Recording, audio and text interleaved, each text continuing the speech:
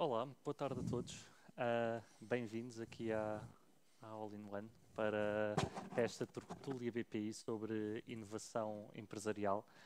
Tenho aqui como meu convidado o Jorge Portugal, amplamente conhecido e aqui a representar a Cotec, no que queremos que seja aqui uma conversa, como o nome indica, em que queremos abordar este tema da inovação empresarial e como ela tem evoluído aqui em Portugal nos últimos anos e sobre também o papel que a Cotec tem tido a pôr este tema na agenda e na agenda mediática também muitas vezes para garantirmos que falamos de uma coisa que é muitíssimo importante na criação de valor, que é a inovação. Jorge, muito bem-vindo.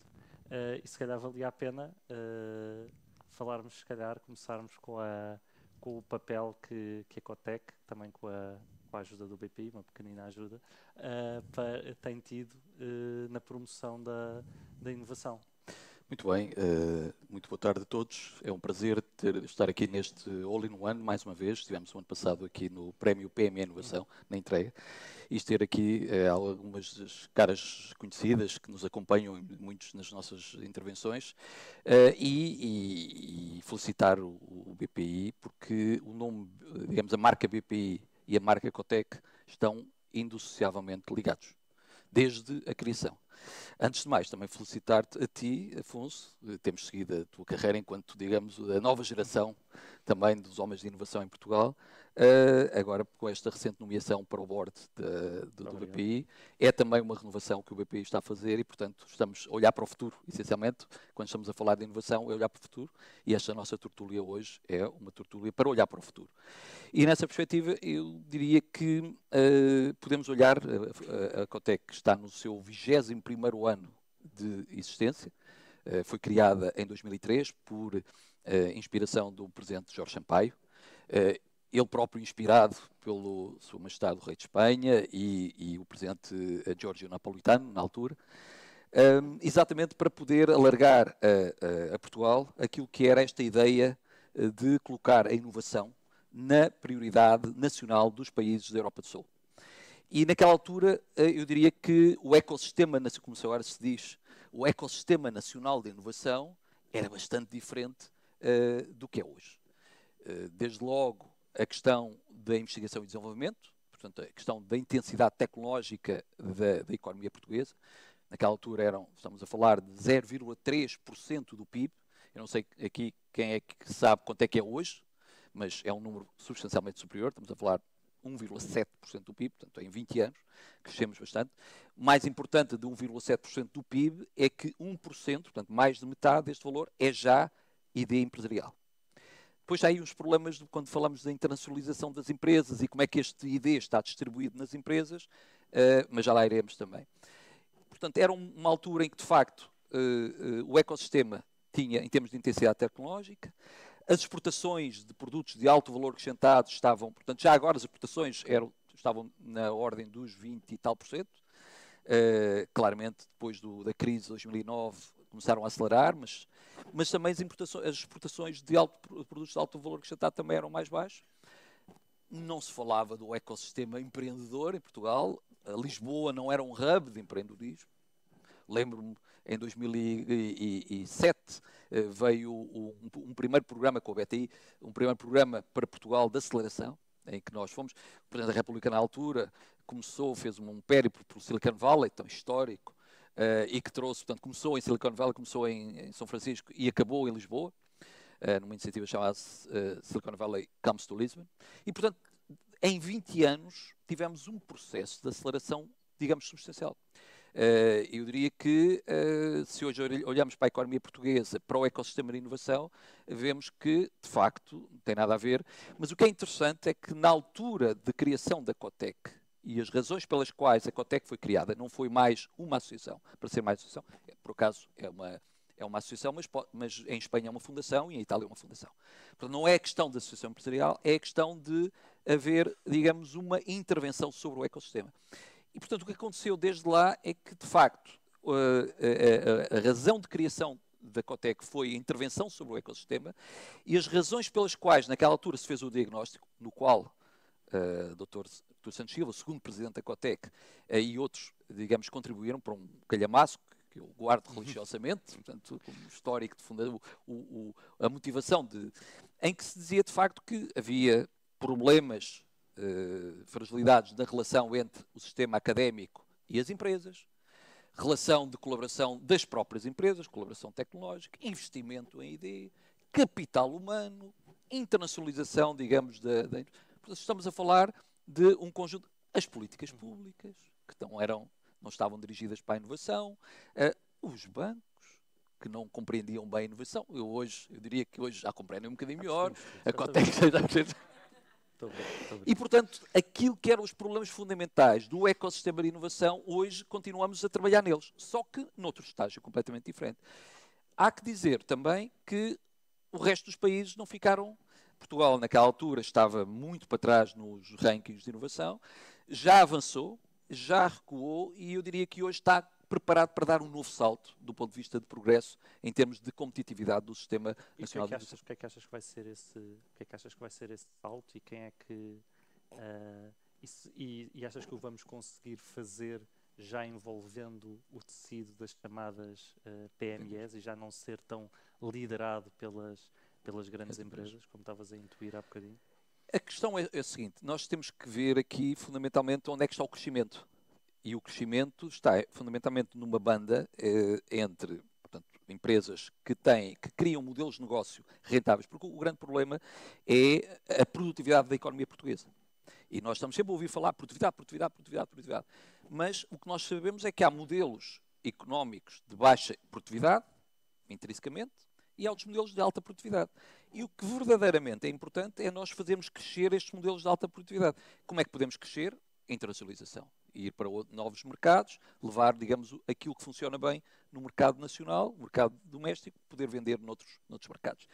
E nessa perspectiva, quais são os drivers? A pergunta que se faz é quais são os drivers. Nós olhamos e o Prémio PME Inovação, algo que foi criado há 20 anos, este ano faz 20 anos, sobre os auspícios e o patrocínio do PPI, sempre o nosso parceiro, nós olhamos, de facto, para os vencedores desse prémio, desde há 20 anos, foram mais do que 20, porque houve em alguns anos vencedores, e olhamos, são empresas de todos os setores. Portanto, não é verdade que nós olhemos para a economia portuguesa e vemos que são setores específicos, quer dizer, que o crescimento, nós temos empresas de alto crescimento e com alta produtividade em todos os setores, no têxtil, no calçado técnico, nos moldes, nas ferramentas, no tooling, nas máquinas, enfim. A grande questão é que se conseguimos gerar modelos de negócio de alta produtividade.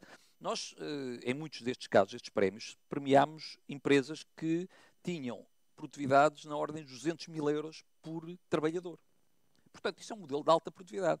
O grande desafio é manter essa produtividade baseada em processos, em tecnologia, em know-how produtivo, em capacidade de venda a nível internacional e escalar essa produtividade. Portanto, quando se diz, isto é um processo de transformar pequenas empresas em médias empresas em mid-caps em grandes empresas, não é bem assim que a coisa funciona. A ideia é, se eu consigo fazer escalar modelos de produtividade, fazer com que mais modelos de alta produtividade vão para o mercado e fazer escalar. E agora, tu podes me perguntar, então como é que eu consigo fazer escalar um modelo que vende, como por exemplo a McAlvey, estávamos a falar um bocado, uma empresa de Castelo Branco, que é a vossa cliente, vende 12 milhões de euros com 60 trabalhadores, 62 trabalhadores, portanto uma produtividade brutal, em vez de vender 12 milhões, vender 50 milhões ou 100 milhões. Aí sim é que nós vamos ter um impacto significativo na economia portuguesa. Muito bem, e deixa-me voltar a um tema que eu sei que tu gostas, que já falámos várias vezes sobre ele, e que devia ser o resultado do ID, o tema das patentes. Isso, Da propriedade intelectual, com todas as consequências que daí podemos tirar, nem que seja o ponto final da história, que é tornar mais credível os ativos intangíveis, e depois isso abre outras portas. Mas uma pergunta muito concreta aqui, o que é o obstáculo aqui? Porque é que em Portugal se patenteia tão pouco? Bom, eu vou pelo lado positivo e depois vou para os lados mais obscuros da questão. O lado positivo é que há muito ideia que se faz em Portugal, mesmo com multinacionais, que é registada em centros fora de Portugal do ponto de vista de registro. Ok. Por outro lado, há uma dinâmica europeia do European Single Patent, portanto, a patente única europeia, de registar a nível central e não a nível dos países. E, portanto, isso não conta para o campeonato português, conta para um campeonato europeu e, portanto, nós vamos ter, e na Cotec estamos a começar a tentar fazer essas contas, que é para ver, digamos, as contas consolidadas para ver, sim, foi registado no European Patent Office, mas é uma empresa portuguesa que está a registar ou é uma multinacional cujo resultado veio, quer dizer, que esse registro veio de Portugal.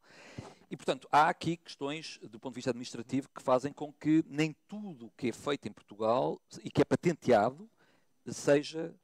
Mas voltamos outra vez a 2003. Esse era um dos pontos críticos que não foi resolvido. É uma situação que não foi resolvida em termos do ecossistema. Porque é que se produz tecnologia e esse investimento, nós tipicamente, o ideal na estratégia empresarial é criar aquilo que se chama um fosso à volta do castelo, é criar um monopólio. Ninguém quer concorrência, ou antes, toda a gente quer concorrência, mas é casa dos outros. Não é? E a banca sabe disso melhor que... Portanto, e a patente é uma forma de eu, criando uma tecnologia, aplicando no mercado, criar, digamos, um fosso à volta, portanto, um moat, exatamente para ter durante 15 anos, 20 anos, uma vantagem competitiva.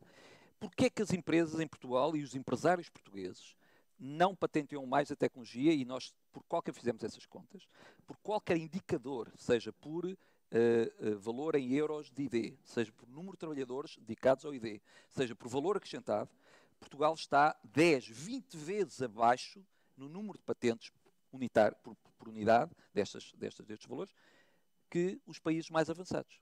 E a pergunta é, sabem as empresas portuguesas alguma coisa que os outros países não sabem, ou ao contrário? Ou há aqui qualquer coisa, e depois nós vemos, quando vamos interrogar, para além daquilo que é as respostas politicamente corretas, quer dizer, não, nós não patenteamos, mas protegemos em termos de segredo industrial. Então, estão a brincar connosco, não é? Então, mas vocês estão integrados numa cadeia de abastecimento. Estão integrados com, em muitos casos, processos horizontais, de trabalhar com fornecedores alternativos, etc., com o vosso OEM. Tem que revelar o que sabem, tem que revelar. Não há o segredo industrial, como tu sabes, só é segredo enquanto for mantido em segredo. Porque se for revelado, já não é revelado e não há nenhum tribunal que possa proteger isso. E então, a questão é, pois, sabe, a razão é que nós, se houver litigância, não conseguimos litigar. Não temos aqui, não temos advogados, não temos experiência, etc. Então, mas, quer dizer, estão sujeitos a ser que lhe roubem tecnologia e que vos imitam rapidamente. Sim. E esta é a conclusão. Obviamente, eu diria que, ainda de uma forma bastante dispersa, já há empresários que já têm uma cultura diferente da propriedade intelectual. Inclusive, já perceberam que ter patentes é uma sinalização de marketing para os seus clientes e para a concorrência. Dizer, não, olha, este processo que eu estou aqui a utilizar para produzir uma peça, um tecido, uma coisa qualquer, é de um processo protegido por uma patente. Se é protegido por uma patente, isso deve ser bom. Deve ser avançado. Pronto, mesmo que não se perceba nada. E, portanto, está a começar... Agora, não se reflete ainda nos números. Mesmo assim, quando nós olhamos o ranking que saiu há uns meses das patentes protegidas no European Patent Office, protegidas, registradas no Patent Office, portanto, pedidos de patentes, vemos que PMEs estão lá também bancos, estão lá farmacêuticas, como têm que estar, mas também estão pequenas empresas que nós não estaríamos à espera que estivessem, digamos, naquele ranking. Por isso, há aqui há uma cultura que está a começar, porque não é só depois, Afonso, pedir para ter. É preciso, o engenheiro que escreve o manual da tecnologia não pode ser, porque, como tu sabes, pedir uma patente, eu tenho que ter os claims. E os claims têm que ser escritos, portanto, as reivindicações, porque é que aquela invenção deve ser protegida. E essa redação tem uma técnica especial. Portanto, e é por isso que nós... Mas para além dos empresários, desculpa-me estar a interromper-te, mas para além dos empresários, achas que há outras formas para acelerarmos isso? Ou seja, se tivéssemos que pensar aqui só os dois em acelerarmos, então a questão é É porque é difícil financiar o processo de candidatura a uma patente? É porque não temos o know-how para construir? O problema não está aí, na nossa opinião. Ou seja, achas mesmo que é só uma questão de cultura de change management? É Chegarmos uma... ao pé dos nossos empresários e explicar-lhes, olha, o senhor antes de lançar qualquer coisa tem que fazer a patente, porque se lançar depois já não pode patentear nada, porque vão-lhe dizer que o mercado já sabe. Ou seja, que é uma questão de quase de mandar uma checklist para toda a gente para isto entrar no dia a dia. Tem a ver fundamentalmente com aquilo que são princípios de gestão, daquilo que são hoje os drivers de valor no balanço de uma empresa. Hoje os drivers de valor numa balança de uma empresa não é o terreno que tu compras, não é a máquina, porque toda a gente pode ir comprar as máquinas no mesmo sítio onde tu compras. Aliás, há setores, o caso, por exemplo, o setor, estou-me a lembrar agora, o cimento. Essencialmente, o que diferencia uma cimenteira de outra cimenteira é a eficiência operacional. As máquinas são todas iguais de todas as empresas. O fine-tuning das operações, dos processos e esse know-how é que faz a grande diferença. Por isso é intangível. É aquilo que é o conhecimento. E esse intangível vem de onde? Vem da investigação, criar novo conhecimento, aplicar esse novo conhecimento em processos, produtos, e depois ver se há oportunidade ou não de criar ali uma oportunidade, digamos, uma proteção. E neste momento, acima de tudo, e é por isso que nós lançamos com o WIPO, a Organização Mundial de Propriedade Intelectual, está a correr neste momento, fizemos agora a pausa para férias. Está a correr aquilo que é uma iniciativa que eles têm já em 20 países e trouxemos agora para a Europa e para Portugal, que é o IP Clinic, que é exatamente fazer as perguntas à empresa de que, primeiro, qual é que é a propriedade intelectual que tem? Onde é que está? Essa propriedade intelectual está mapeada no balanço ou não? Está em ativos que possam ser, digamos, identificados e apropriados pela empresa? Se não está, porquê é que não está? Pode ser um segredo, pode ser, digamos, uma base de dados, pode ser o conhecimento que está num software. Há várias razões, mas de qualquer forma a empresa tem que ter um mapa. E depois há uma estratégia para proteger cada um desses ativos. Nem tudo tem que ser patenteado. Claro. Isso é um engano. Mas tem que haver a razão pela qual não é patenteável. E aí, sim, este IP Clinic é uma iniciativa, conseguimos 15 empresas, portanto, empresas e aqui desde empresas jovens até empresas maduras, o que mostra que esta questão do scanning, digamos, dos ativos intangíveis, do balanço intangível da empresa, do incorpóreo, não é um tema só de startups. As startups, por definição, têm que pensar dessa maneira, mas as empresas com maturidade, grande parte do seu balanço é um balanço intangível. Nós, fundamentalmente, é isso que os mentores estão a fazer com as empresas, é fazer perguntas. E de uma lógica socratiana. Socratiana é o filósofo, que é fazer perguntas exatamente para procurar a verdade, para procurar respostas que a empresa depois responde. Não vai fazer registro de patentes, não vai cobrir, até porque temos alguns dos mentores fazem parte de gabinetes de agentes de patentes, não vai ultrapassar, porque esses serviços são serviços muito bem definidos. Está a montante, está a olhar para o balanço da empresa e dizer o que é que tem valor e o que é que vai criar valor nesta empresa nos próximos 10 anos. Porque se numa reunião de investidores, ou quando vem aqui ao BPI apresentar um projeto para ir buscar uma operação, para montar uma operação de crédito, se isso não é evidente, então o gestor comercial diz, meus amigos, os cash flows não passam ao teste de stress que nós, e portanto não vou crescer. E por isso, essa análise do balanço intangível é cada vez, eu diria, nas 1000 maiores, como tu sabes, 80% valor. E, portanto, uma empresa, quando vai para uma reunião com investidores, não tem capacidade de mostrar onde é que são os drivers de crescimento, quais são os intangíveis, protegido ou não por patentes, marca, etc., que está a criar valor, que vai criar valor. Aliás, esse é um tema que nós temos trabalhado muito e que já estamos a começar, digamos, a incorporar. É preciso, digamos, até incorporar, por exemplo, no Inovadora Cotec, que é uma das iniciativas. Deixa-me só para finalizarmos aqui o tema do IDI, só porque também é um tema que, apesar de estar na estratégia original, eu diria que continua. Estamos melhores, mas não resolvido. O tema da ligação do setor empresarial e das universidades, que também é um clássico deste género não podemos ter uma conversa sem falar disto. Evoluímos muito, mas parece que nunca é suficiente, não é? Portanto, achas que é uma questão de comunicação, de até já estamos bem, mas se calhar não é vendido da forma certa, ou achas que ainda há aqui mesmo muito espaço para continuar a evoluir, em que, imagina, há várias iniciativas que podíamos estar a destacar aqui, desde os doutoramentos que já são possíveis de fazer em contexto empresarial, e que a Cotec tem promovido. E que a Cotec tem promovido imenso, mas o que é que achas, o que é que lhe está a faltar aqui? Mais olhando para a frente do que para trás? Voltando outra vez 20 anos atrás, hoje. Há 20 anos, eu venho da academia, não é? Os meus primeiros 10 anos de profissionais foram na... Eu lembro-me que fiz a tese de mestrado com uma bolsa da DGQA, naquela altura Direção-Geral de Qualidade do Ambiente, em dispersão de poluentes na atmosfera. Naquele tema é um tema exótico. Hoje, tema mainstream, vá lá, como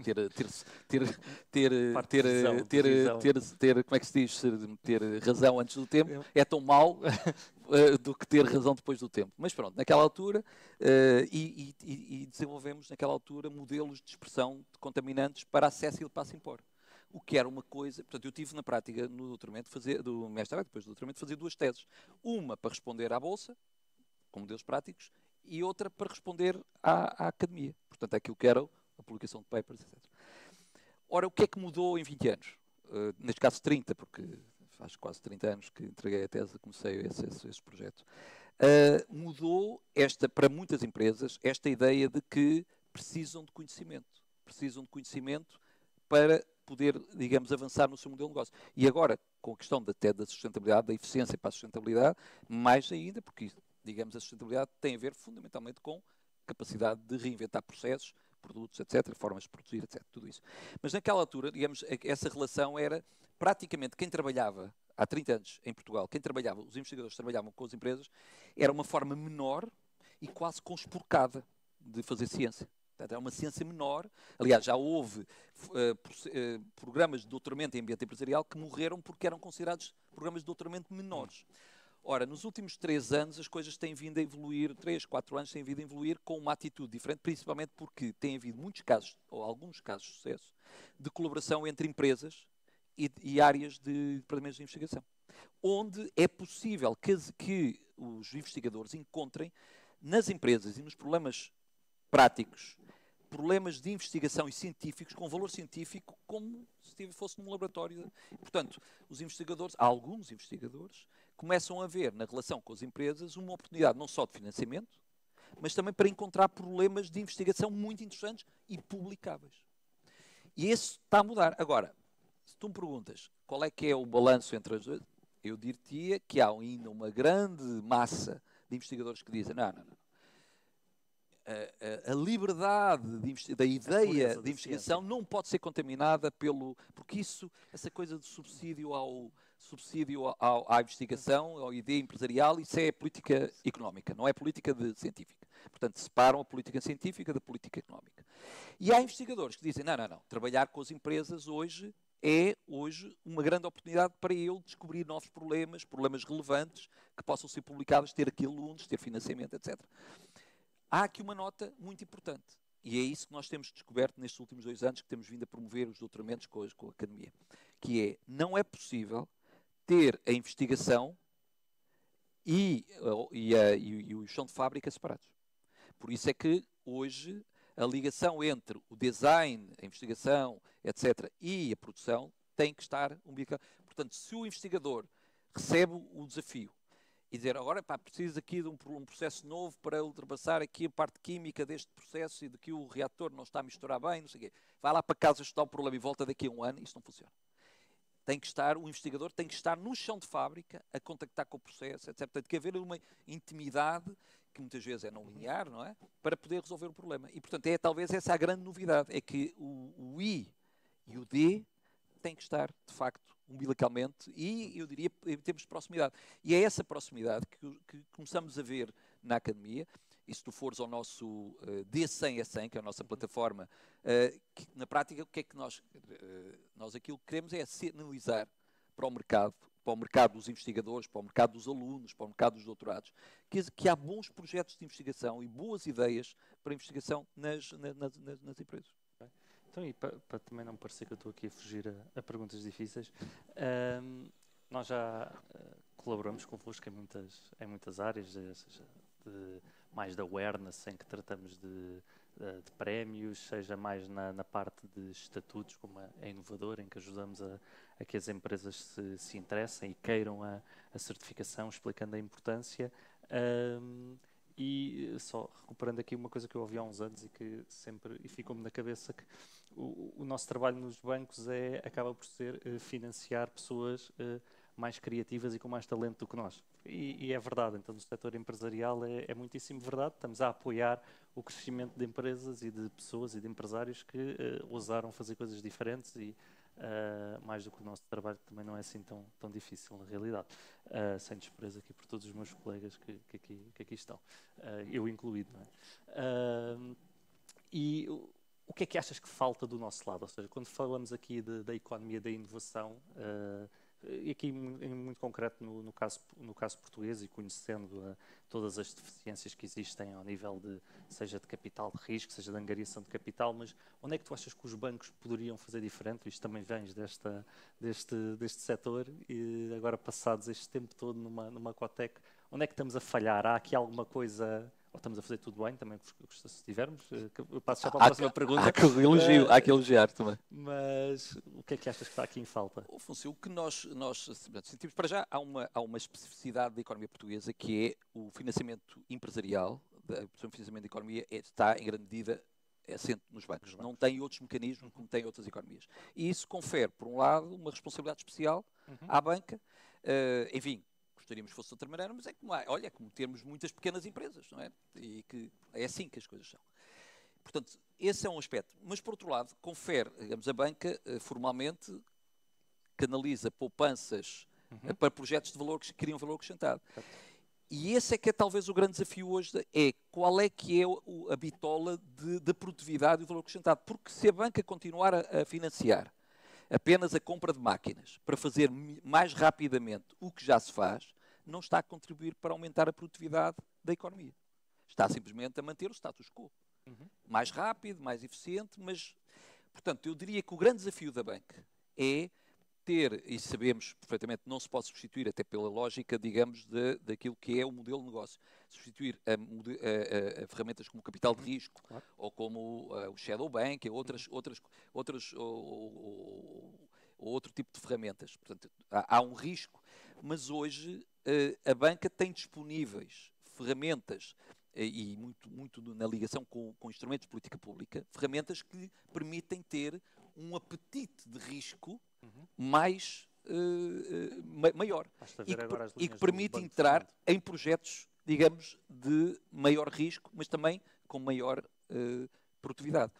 E eu diria que o grande desafio é mais, e temos trabalhado com o BPI e com outros bancos, exatamente a olhar, a focar, digamos, aquilo que é a análise de risco naquilo que verdadeiramente cada vez vai mais contar nas empresas, que é olhar para o balanço intangível. É dizer, ok, quando vem aqui uma empresa e mostrar, digamos, aquilo que é o processo de internacionalização e dizer, ok, estou a entrar neste mercado, naquele mercado, certo? Muito bem. E dizer, mas qual é que é a proposta de valor que essa empresa vai trazer para esse mercado? Como é que vai vencer? Como é que vai entrar? Como é que, digamos, a tecnologia ou o produto está a ser protegido? A natureza fundamental das perguntas que a banca vai ter, que o gestor vai ter que fazer para poder fazer o escrutínio se de facto aquele plano de negócios é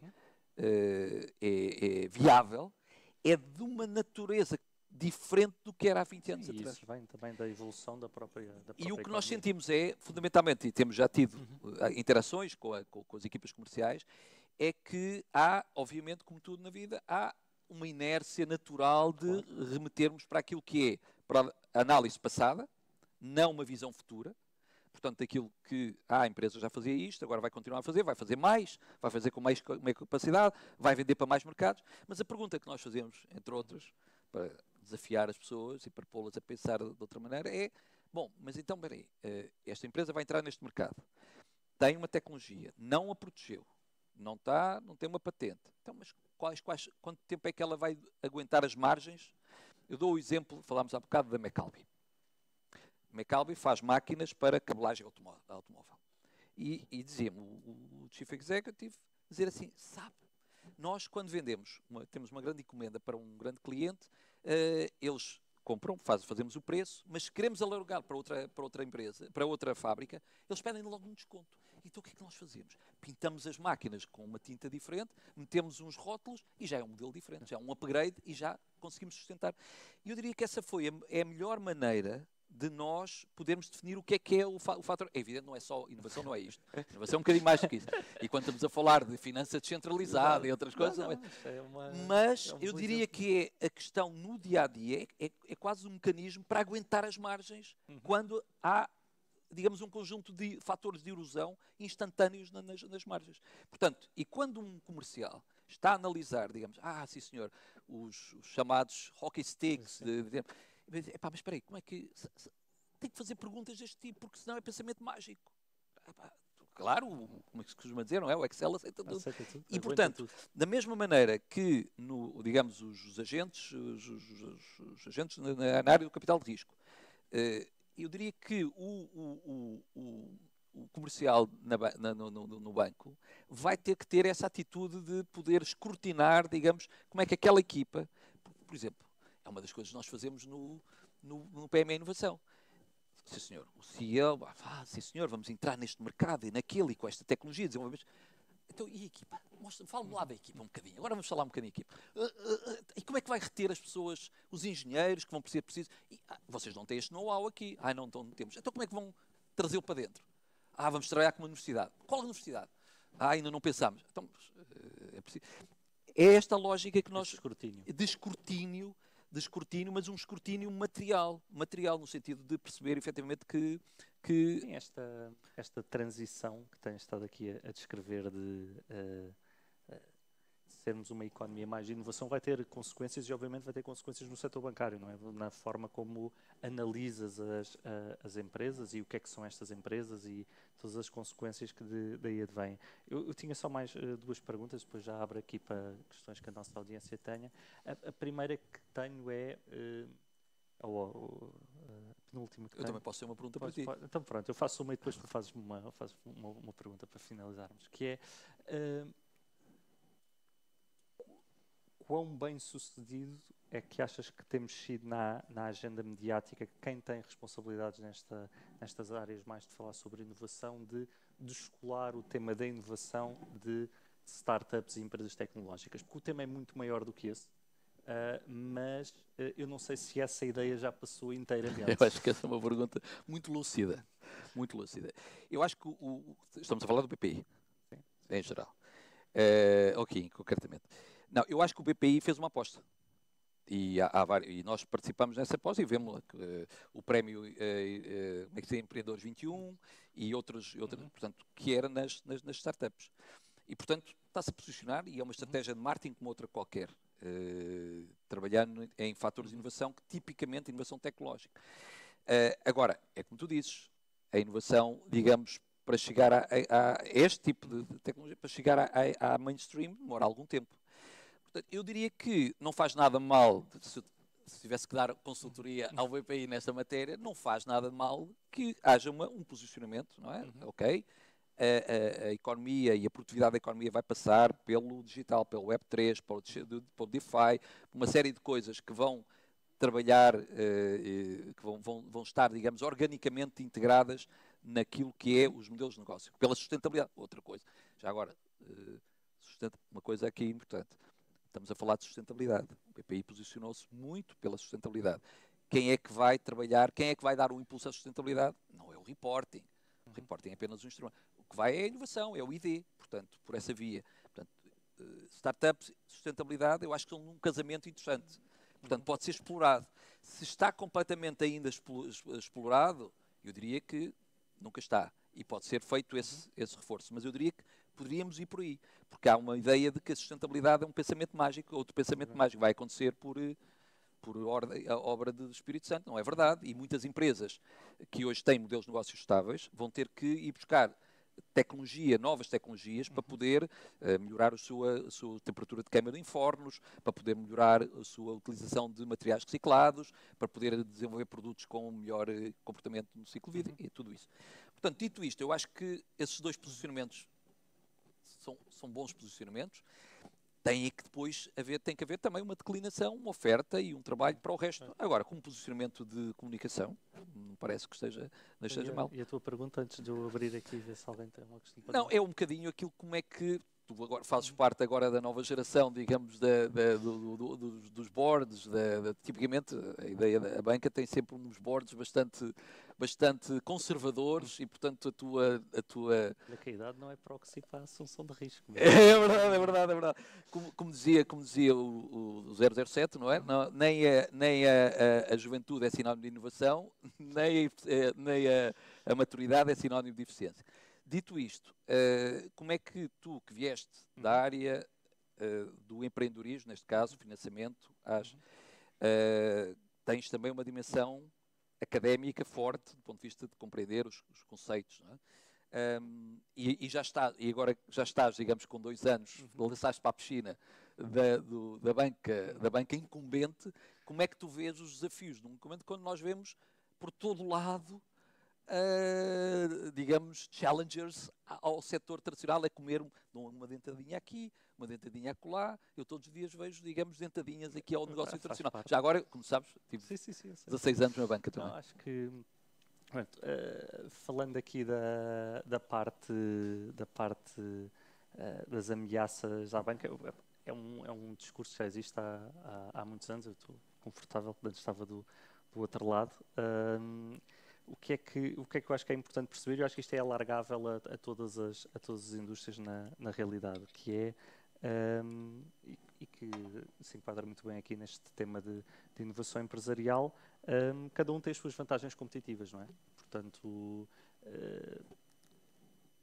no mercado gerou-se um interesse enorme nos últimos 20 anos, se quiseres, em vir competir com áreas em que tradicionalmente não havia ninguém no mercado com grande apetência ou apetite para vir competir com os bancos. Era um dado adquirido que era negócio bancário, um perímetro muitíssimo alargado de serviços. Portanto, o que é o perímetro de um banco universal como é o BPI, é um perímetro muito grande de serviços e, portanto, é normal que apareçam players que querem um bocadinho dos nossos negócios. O que é que isso nos traz? Mais responsabilidade na clarividência estratégica. O que é que são os negócios em que nós temos que estar? Em que negócios é que, se nós queremos estar, temos que continuar a inovar, porque a pressão competitiva é muito grande? E em quais é que são os negócios em que o custo de investimento para eu ser competitivo se calhar não compensa, ou se calhar não tenho a equipa, ou se calhar não vou conseguir ter a parceria, ou não vou conseguir entregar, e obriga uma maior responsabilidade se calhar não posso garantir que vou ter uma panóplia enorme de serviços financeiros. Tenho que saber em quais é que quero estar, nos que quero estar, que isto é preciso investimento, que é preciso inovação contínua e que isto não funciona. Inovei há 20 anos atrás de uma coisa qualquer. Ainda bem, nessa altura ainda bem, mas isto é um contínuo e acho que isso é uma... Mas o negócio dos bancos vai diminuir substancialmente nos próximos anos? Não vejo porquê. Se pensares que o nosso negócio principal, e tu aludiste a isso há bocadinho, é guardar a poupança das pessoas, dos aforradores. Espero que os PIBs continuem a crescer e que as poupanças das pessoas continuem a crescer. É um desejo que tenho para todos. Que fazemos um trabalho muito difícil e que não é de fácil replicar, que é como é que transformas esta poupança em investimento na economia, em que não só é a passagem de poupança para investimento, mas que ao mesmo tempo fazes, e perdoem-me a tecnicidade, transformação de maturidade, porque tu a poupança queres ter acesso a ela sempre, mas eu quando te empresto dinheiro tu queres pagar a casa há 40 anos, não é? Portanto, há aqui uma magia, uma alquimia financeira que é preciso fazer e que só é possível fazer em escala. Os balanços dos bancos normalmente querem-se grandes e com alguma quando não é feito, os bancos sofrem com isso. E quando não é feito, os bancos sofrem com isso. E, portanto, se pensares nestes negócios core, apoiar investimento nas empresas, crédito de elevada dimensão, que é preciso fazer com alguma maturidade, projetos de project finance, etc., não vejo porque é que o negócio há de diminuir. Se depois começarmos a ir a verticais muito específicos, quando entramos em áreas de pagamentos, adquirência de pagamentos, emissões de cartões, negócios que estão muito dinâmicos, que apareçam mais players, a querer entrar e a ter uma palavra a dizer. Basta pensarmos o que é o contacto cada um de nós hoje em dia tem como meios de pagamentos, é normal que haja aí mais competição, mas não esquecer que todas essas coisas funcionam, pelo menos à data de hoje, e espero eu que para a frente, se nós soubermos fazer o nosso trabalho, em cima de uma conta bancária, portanto, vai ser diferente do que é hoje, como tem sido sempre. Se eu olhar para o que era um banco ou qualquer empresa que vença em qualquer mercado, quando olhamos para ela, para o que ela era há 10 anos atrás, é substancialmente diferente. Normalmente ficam as que tiveram a capacidade de se adaptar, mas isso já o Darwin nos ensinou há muito tempo, e portanto eu acho que essa parte, que eu acho que é uma parte boa até antes de abrirmos aqui para quem tenha alguma pergunta para nós, que este exercício de inovação empresarial não é mais do que um mote para esta necessidade constante de adaptação. Ou seja, eu não posso, nenhum de nós, em qualquer indústria que esteja, em qualquer empresa que esteja, pode viver em cima dos louros do passado, tirando as empresas monopolistas, que normalmente a quem lhes é dado esse privilégio, por diversas razões. Os outros, a inovação não é mais do que a necessidade contínua de eu ter que estar a adaptar o meu negócio, os meus processos, a equipa que eu tenho, os skills que eu tenho, para continuar a vencer no mercado que esteja, não é? E a banca está a fazer exatamente esse caminho, como outros. Temos que o fazer como os outros, não é por estarmos na banca que temos direito a nenhuma posição privilegiada.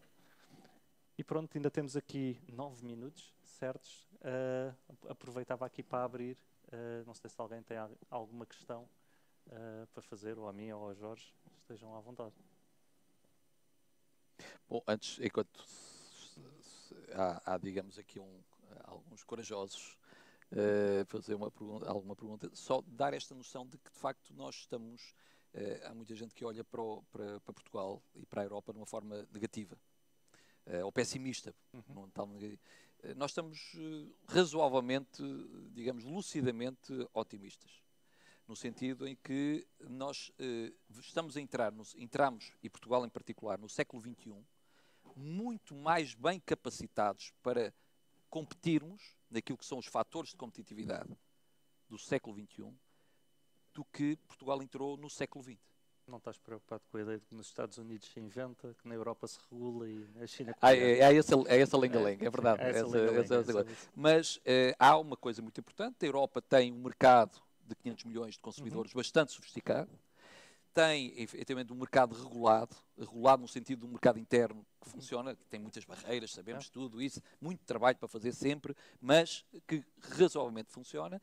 E, acima de tudo, tem um sistema científico bastante poderoso. Agora, quem é que vai ter mais capacidade para poder fazer chegar ao mercado o conhecimento? Porque havia uma ideia peregrina há alguns anos, isso sim, uma ideia muito perigosa, é que a Europa inventava ou fazia a investigação e depois o resto do mundo levava, produzia, etc. Nós já estamos neste momento a ver que a China já não pode ser fábrica do mundo.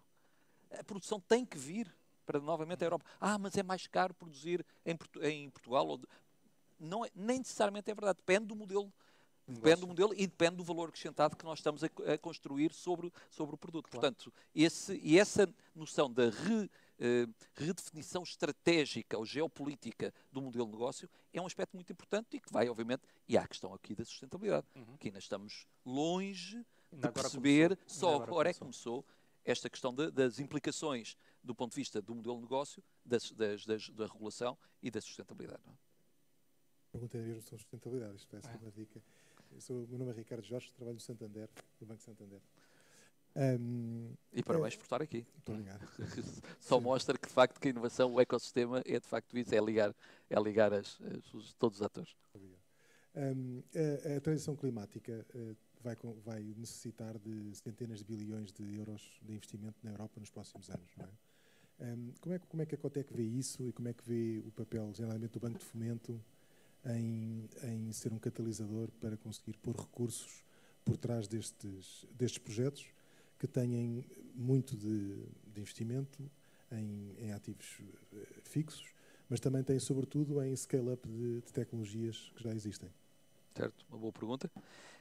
Bom, nós vemos que, de facto, como digo, quer dizer, essa sustentabilidade só vai acontecer quando nós conseguirmos, digamos, ter processos menos exigentes em recursos, mais circulares, que poluam menos, e, portanto, isso significa investigação e desenvolvimento, significa novas tecnologias, algumas delas que nem sequer ainda existem e precisam ser, de alguma forma, desenvolvidas a partir de ideias embrionárias que neste momento estão por aí. Portanto, vai ser necessário continuar a investir. Agora, e a questão é qual é que é o foco que nós vamos ter, porque, digamos, se fôssemos um país da linha da frente da Europa, com deep pockets, eu posso pôr, digamos, em muitas tecnologias, em muitas coisas, e, portanto, algumas coisas não funcionam, outras vão funcionar. Sendo um país, não diria pobre, mas um país em que os recursos têm que ser geridos com muita prudência e com muita racionalidade, nós temos que ser, digamos, ser capazes de estar ali no meio da tabela e poder aproveitar coisas que já estão a dar sinais de que têm capacidade de escala e que respondem às necessidades das empresas e, portanto, conseguir, digamos, aproveitar ali um efeito de alavanca de quem já fez esse trabalho, quem já foi pioneiro e, portanto, ir por esse caminho. Portanto, estarmos ali, não queremos estar na primeira linha, nem ter, porque não temos esses recursos, mas também não estamos à espera que tudo chegue ao mercado e que seja consolidado e que o risco seja zero, porque isso também não é possível. Portanto, o que nós vemos nas empresas é exatamente aquelas que mais... São aqueles empresários que têm a visão de olhar para certas tecnologias, nomeadamente tecnologias digitais, sensores materiais, alguns princípios de circularidade, a própria lógica energética, e dizer assim, não, isto é incontornável, eu preciso de aplicar isto já e vamos ter que ir buscar know-how, competências, trabalhar com a academia, tudo isso. Bom, o papel do Banco de Fomento. O papel do Banco de Fomento deverá ser, enquanto Banco de Fomento, deverá ser, digamos, um instrumento, tal como é o Banco Europeu de Investimento, que é o braço armado europeu da política pública da Europa. E, portanto, naquilo que é as determinações políticas e prioridades políticas, o Banco Europeu de Investimento declina nessas prioridades com vários instrumentos, seja em financiamento às empresas, seja nas garantias, etc., seja no apoio às entidades intermediárias. O Banco de Fomento, em Portugal, deve ser, digamos, aquilo que deve ser o principal entidade de distribuição de jogo, o principal clearing house, exatamente desses instrumentos de política pública. Se me pergunta que está já a fazer esse papel, e o Banco de Fomento é nosso associado, já agora também conhecemos bem, o Banco de Fomento, como se sabe, o Banco de Fomento resultou da fusão de um conjunto de instituições que não eram bancos e que agora estão a começar pela primeira vez a comportar-se como bancos. Tem um sistema de informação, tem procedimentos, etc. Portanto, agora vai dizer, mas isso demora muito tempo. É verdade, mas não existia. O BPI France, como Banco de Fomento, já existe há décadas, que financia as exportações. Não falámos muito da relação entre exportações, mas a aquisição, por exemplo, de uma empresa, digamos, no exterior, é financiada pelo BPI France. Portanto, pelo Banco de Fomento, tendo atenção que aquilo está na estratégia de crescimento, de entrada em mercados, etc. Aqui, o Banco de Fomento, no momento em que esteja capacitado para o fazer, digamos, é o hub para distribuição. Vemos com menos conforto que os bancos individualmente em Portugal estejam a lidar diretamente com o European Investment Fund. Não parece que faça muito sentido. Quer dizer, deve haver aqui a não ser que a entidade que faz esse papel não esteja a fazer esse papel, mas então aí acabe-se com o Banco de Fomento, de uma vez por todas, e não sendo aqui a inventar e a ter, é a terceira vez que eu uso pensamento mágico, não é? Portanto, dizer, não, em Portugal o Banco de Fomento não existe, não funciona o Banco de Fomento, é cada um por si, e os bancos gostam muito de falar com o EIF e com o BEI e não sei o quê, e até pode ser essa a cultura.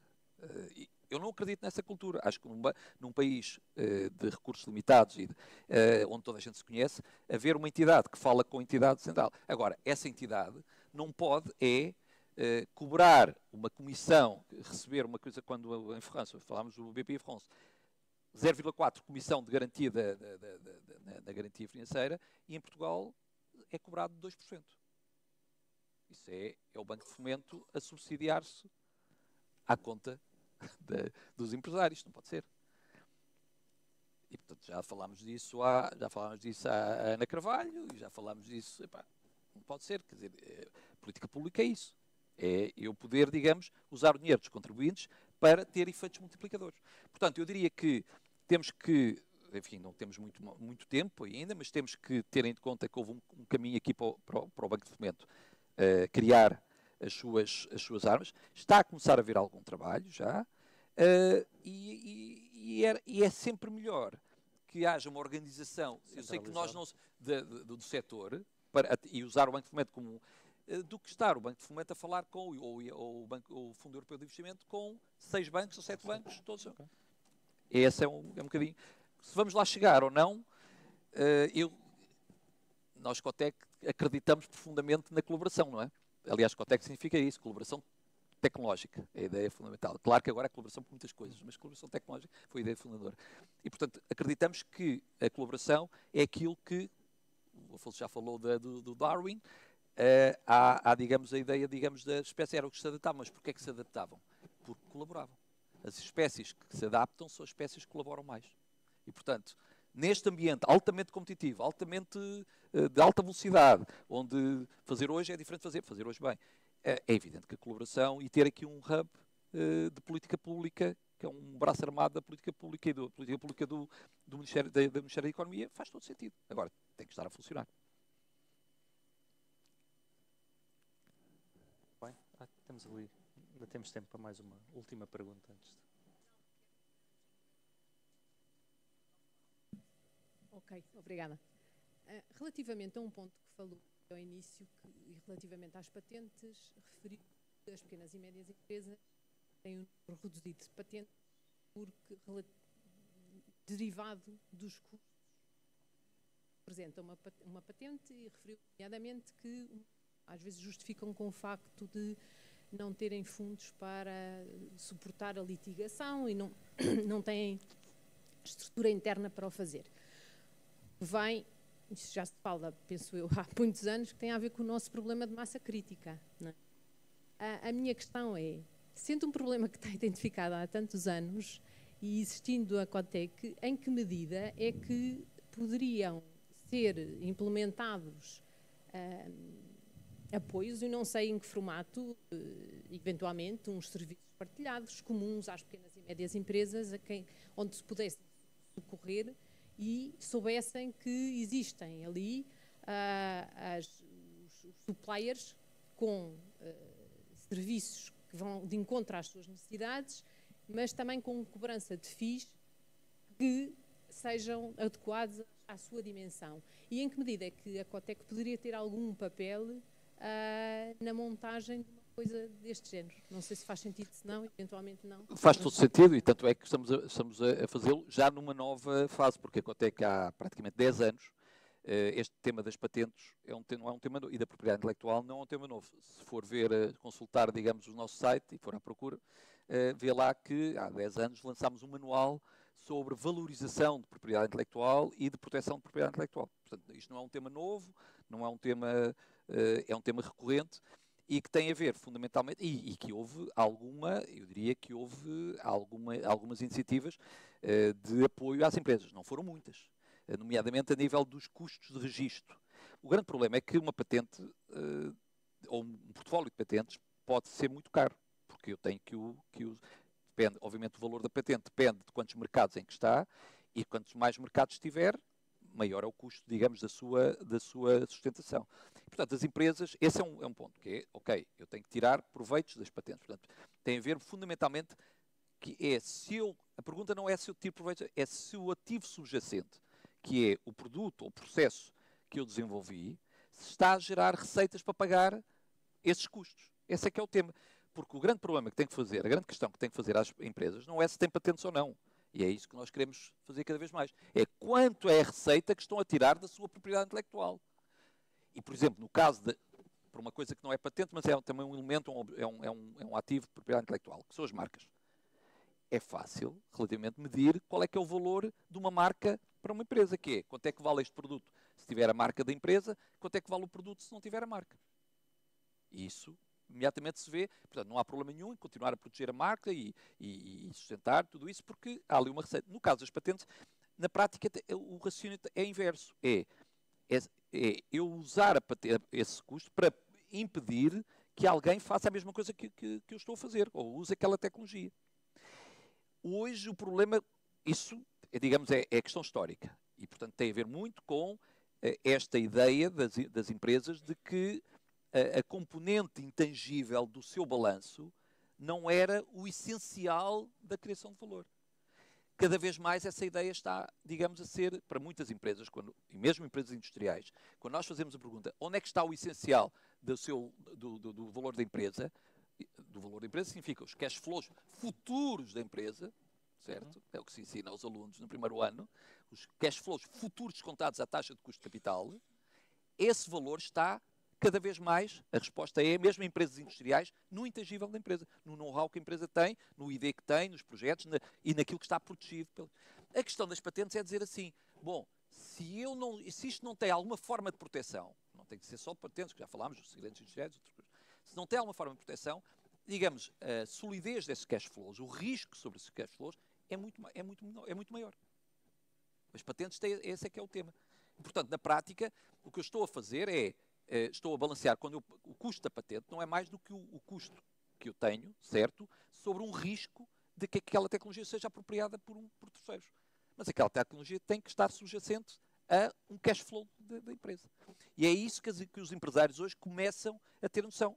Falamos, não é só a empresa, cada vez mais as empresas com quem nós falamos olham assim, os nossos cash flows futuros estão dependentes, de facto, do ID, de que vamos fazer, dos problemas que vamos resolver, etc., daquilo que vamos proteger ou não vamos poder proteger, e assim por diante.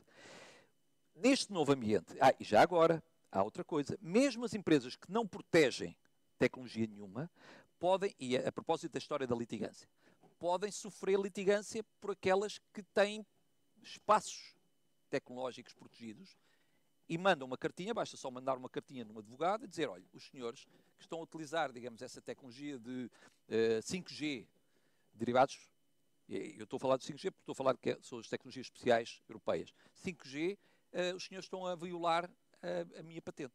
Não interessa se estão ou não estão, a cartinha do advogado está lá. E, portanto, a empresa hoje, mesmo que não tenha patentes, ela está, desde que utilize tecnologia, ela está exposta a risco de litigância.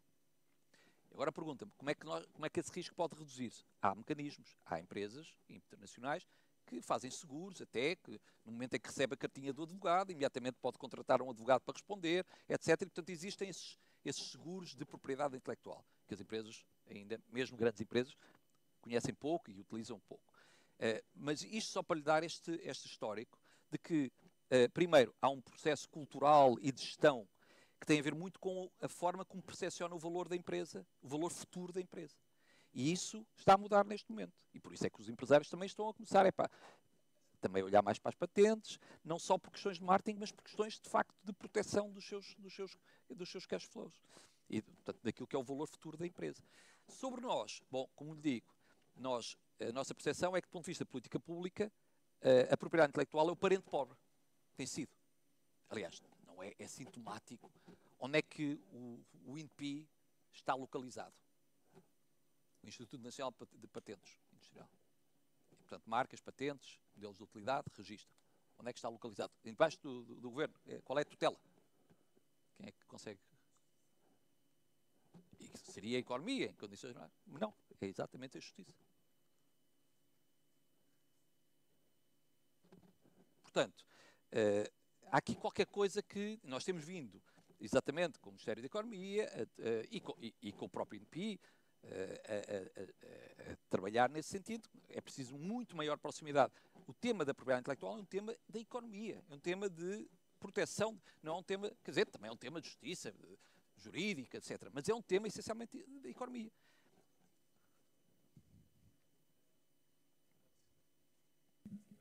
Olá Jorge, estás bom? João, tudo bem. Prazer. Tens muita propriedade intelectual jurídica associada à patente e à própria propriedade. Portanto, acaba por não estar no Ministério da Economia só por essa razão. Portanto, juridicamente tens maior complexidade nessa vertente, é só por causa disso. Julgo eu. A discussão é mais complexa. Do ponto de vista porque é que o INPI está Mas o meu ponto não é qual é que é a tutela, se é o Ministério da Justiça ou se é o Ministério da Economia. O tema, independentemente da tutela orgânica do Governo, o tema da propriedade intelectual não é um tema jurídico, é um tema económico. É um tema de preservação do valor que é criado através do investimento em conhecimento, em investigação, desenvolvimento e inovação.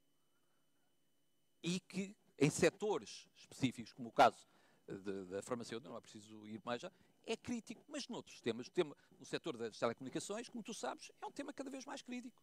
Esta decisão, nós vamos discuti-la agora em setembro no Cotec Europa, que vai ser subordinado à soberania tecnológica. Esta decisão do Parlamento sobre as patentes especiais, dos quais a questão do 5G é um tema fundamental, é um tema económico e tem a ver com soberania do bloco. E, portanto, se nós não somos capazes de criar aquilo que criamos no bloco, proteger, outros vão fazê-lo.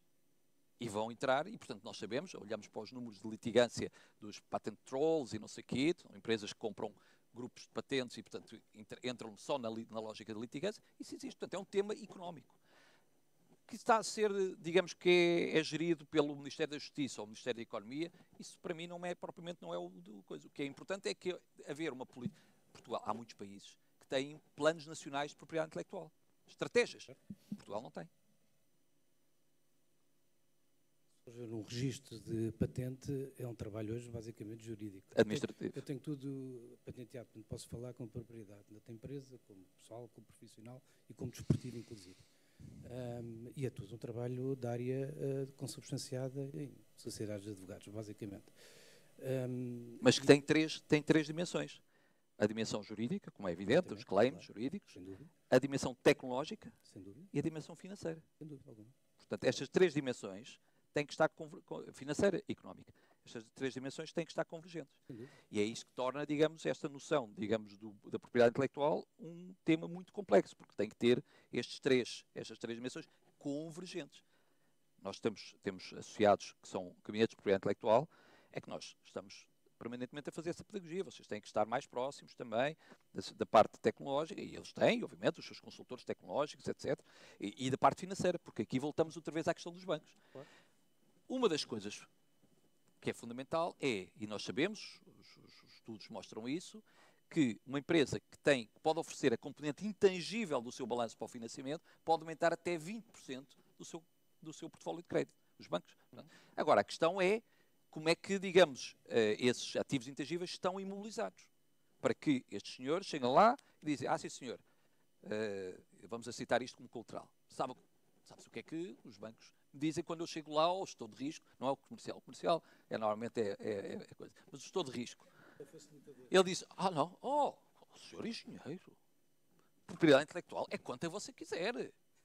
Agora, diga-me lá, é quando a empresa for falir, onde é que eu vou vender o ativo intangível? Onde é que eu vou trocar o colateral? E, portanto, esse mercado não existe ainda, ou é muito incipiente. E mesmo a nível europeu não existe. Existe já alguma sofisticação no Luxemburgo, com alguns fundos, mas pouco mercado.